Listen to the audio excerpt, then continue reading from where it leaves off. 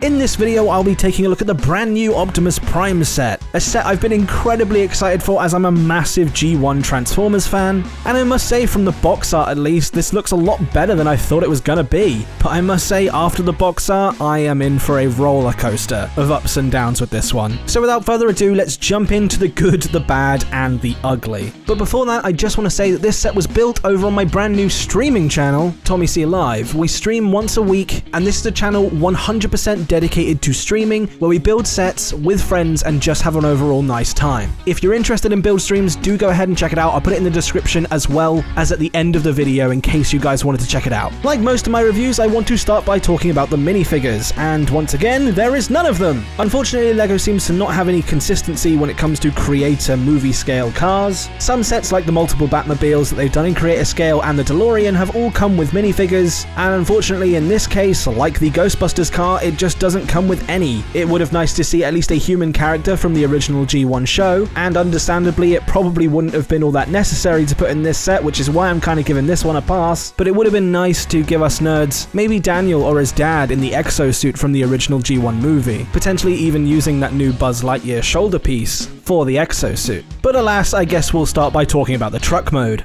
And at first glance, you can't really tell that this transforms into a robot. The proportions are incredibly good, and the details like the headlights and these rear lights really do make it look like the iconic truck. I also really like how the team integrated grey bricks for the stripe around the edges rather than just making these stickers, something I totally see LEGO doing. Even the underside looks pretty good, but that's when you start to realise that this does turn into a robot. Speaking of noticing that it does turn into a robot, you can see some definite panel lines, some a bit worse than others. Obviously the fact that this model does transform, there's no form of opening doors or even engine detail like you would see with most creator cars, but it seems they've put that budget into the fact that you get so many metallic pieces in this model, and the fact that all of the Autobot logos on this are all printed pieces, and I must say they look really clean. But a big issue I have with this truck is as soon as you go to pick it up, it kind of just falls apart. And it's really annoying because I don't feel I'm being overly rough with it. I kind of just like to pick it up and then put it back down in a new position. And I must say throughout this review, I found myself rebuilding this model several times, as pieces just seem to fly off and go in any sort of direction. But I think the robot mode is slightly better at staying together, but to get there, we need to...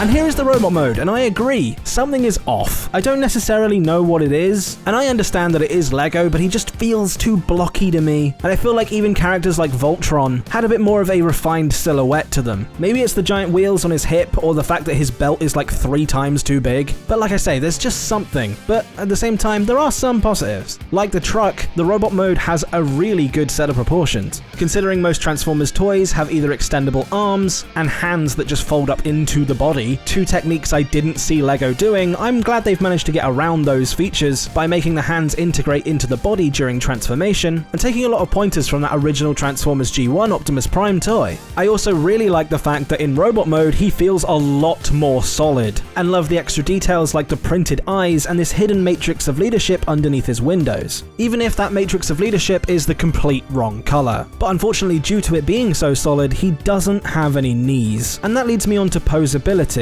The head is on a ball joint, but it does seem to fall off a lot of the time, especially in truck mode, considering it's only held on by a 2x2 plate, but overall the motion on the head seems pretty good. The shoulders have fantastic ranges of motion, considering there's a pivot here, and then a bunch of ratchet joints, one being located on the shoulder and one being located on the elbow. The hand can swivel at the wrist, and then he has thumb articulation as well as 3-finger articulation. Unfortunately, even though the robot does spin around during transformation, there is no form of waist joint once you lock the headlight section underneath the upper torso. And that's a shame, because it really does limit the possibility of getting a lot more dynamic poses out of this guy. And it's the same with the legs. Unfortunately, they can go out this far, but you can't really kick as the legs would just weigh it down, and you can't go backwards either because there is a weird triangle piece here. And although I'm 99.9% sure that I've built this correctly, every time you try and tilt the torso forward so he's puffing out his chest, it seems to fall off, and then that ruins it entirely because the whole model falls apart at the waist. This seems like a giant oversight considering you could have just used a 2x4 plate here instead of this wedge piece and fixed this issue entirely. Especially because in my opinion he looks better with his chest puffed out, as if you have his chest level, he looks like he's constantly leaning forward and doesn't look very good from a side profile. Well, unless you give him his jetpack accessory, which does make his profile look significantly nicer. Speaking of the accessories, you get this really nice Energon Almost Cube, which consists of some nice translucent parts, something I didn't really feel was necessary and would have preferred a minifigure instead of this. However, I will say his two main accessories, being the Ion Blaster and the axe, do look very nice in his hand, especially that Ion Blaster is a fantastic brick-built solution, and didn't think it was possible to make a brick-built version that looked this good compared to the original cartoon. It even has a spot for it in the truck mode, and with these two accessories in hand, can get some pretty cool poses out of this guy. Well,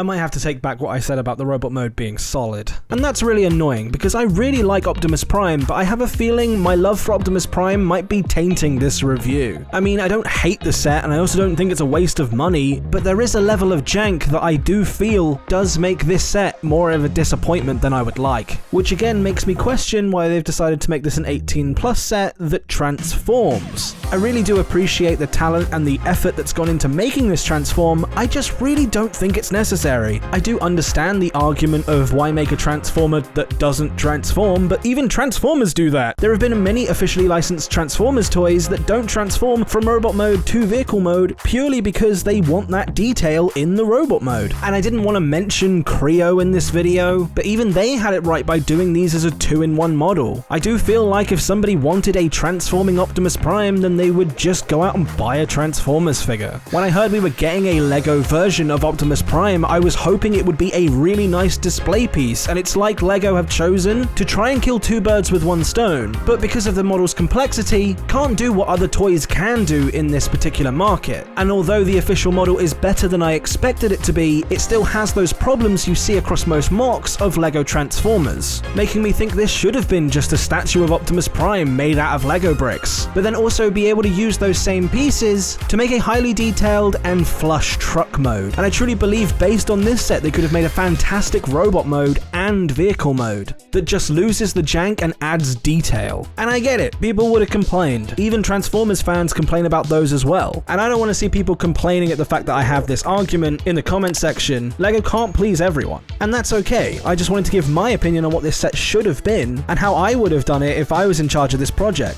And it's not like you'd be getting rid of the truck mode entirely. Like I say, I really like the truck mode of this set. Again, I just think it could have been way more detailed and gotten rid of some of those clip pieces on the front that make it look slightly ugly by making this a highly detailed 2-in-1 model. That way the aspect of buying two and displaying both models still applies. And it's not like that's a foreign concept to Lego either, considering they've been doing it with the mosaics, providing extra pieces so you can build pretty much any mosaic you want. That way we could have gotten a really decent robot mode that doesn't feel like it's got that jank aspect that I was on about before. And personally, that's why I'm really looking forward to things like Ransom Fern's Optimus Prime model, which obviously won't transform, but look at the detail on just some of these screenshots. I think it's going to be a fantastic display piece, and I think if Lego had done this as well, I don't think people would have been as mad as people think they would have been. Do I think Lego Transformers has a future in the Lego space? I mean, personally, I just think it's a good one-off set, but I'd love to have a little Bumblebee in the same scale, but like I say, when you get to that point, it's going to start being a real challenge to try and make one that's detailed in that scale, as well as being able to transform into a little VW bug. Unfortunately, I don't see them making any of the Decepticons, considering that most of them are either tanks, guns, or planes, which we all know Lego tends to stay away from, which if you ask me is fair enough, but I would love to see a Soundwave model considering he only turns into a cassette recorder, and I think that would satisfy the need for a Decepticon considering he's a really popular G1 character. And the fact we do get a plaque with this model means that there could be potential for a few more Transformers sets later on down the line, but what do you guys think? Should this have been a 2-in-1 set? Are you happy with this Prime, and what did you think of my review? You can always check out my mods on this set by pressing the screen now, so you guys can go check that out, and I'll see you over there.